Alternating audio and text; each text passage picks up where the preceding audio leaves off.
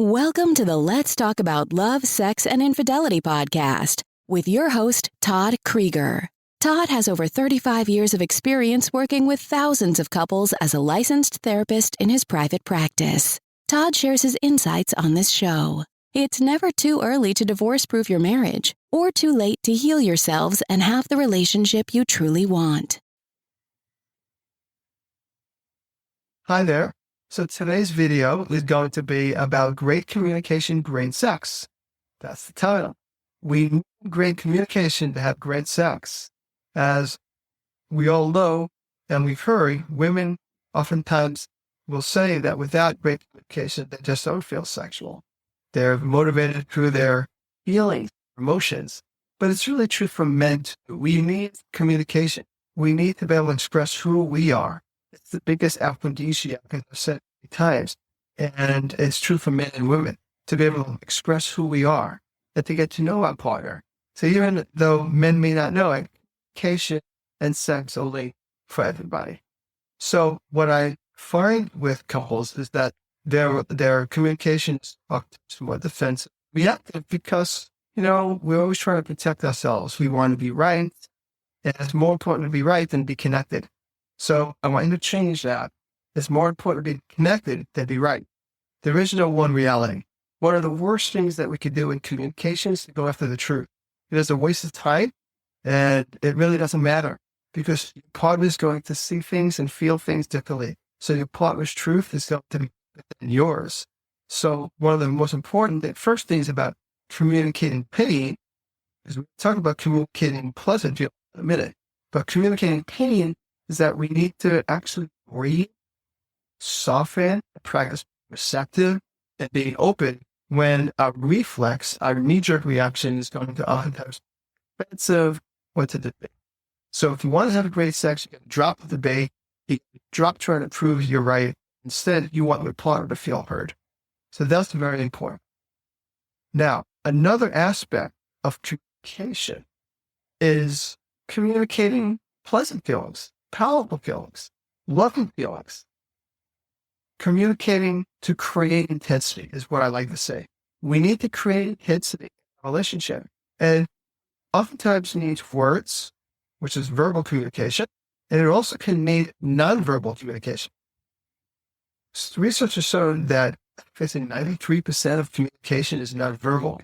So we need to really pay attention to our nonverbals when we communicate. So for example, if my wife and I are going out for an evening and she's dressed up and she looks good, I could say, look nice. Or I could say, you look nice. Same words, total different feel.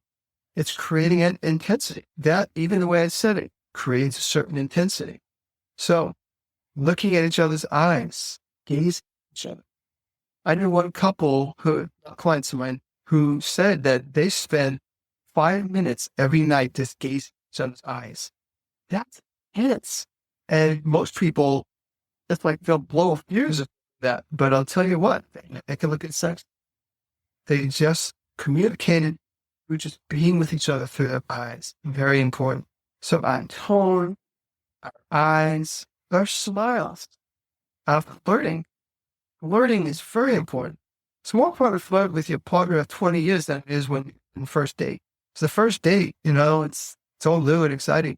Use it to consciously flirt with your partner. Very important. Of course, verbally too. Thinking of what words, how can I express my appreciation? What are some things that would uplift her? How can I compliment my partner? Whether it's about looks or about parenting.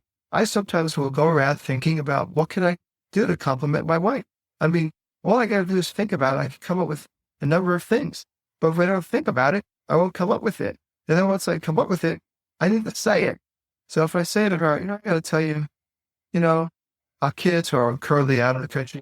The way you've been there for them has been amazing. That creates intensity.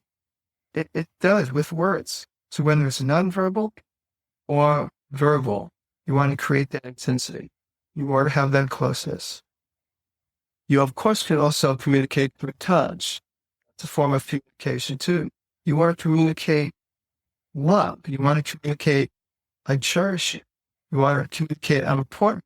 Do that in touch, which is a subsection of verb.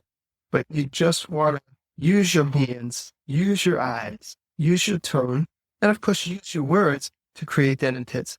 So whether you're using communication to learn how to be mature and deal with pain, or you use your communication, nonverbal and verbal, to be creative, to create intensity, those both will allow to have a sex life that's absolutely, I'll put it this way, that at least you'll reach your centering potential.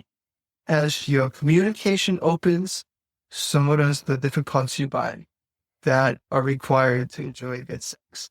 So listen to this video, follow this advice, and you'll be glad you did. This is Todd Krieger, making the world safe for love. That's it for today's episode of Let's Talk About Love, Sex, and Infidelity podcast with your host, Todd Krieger.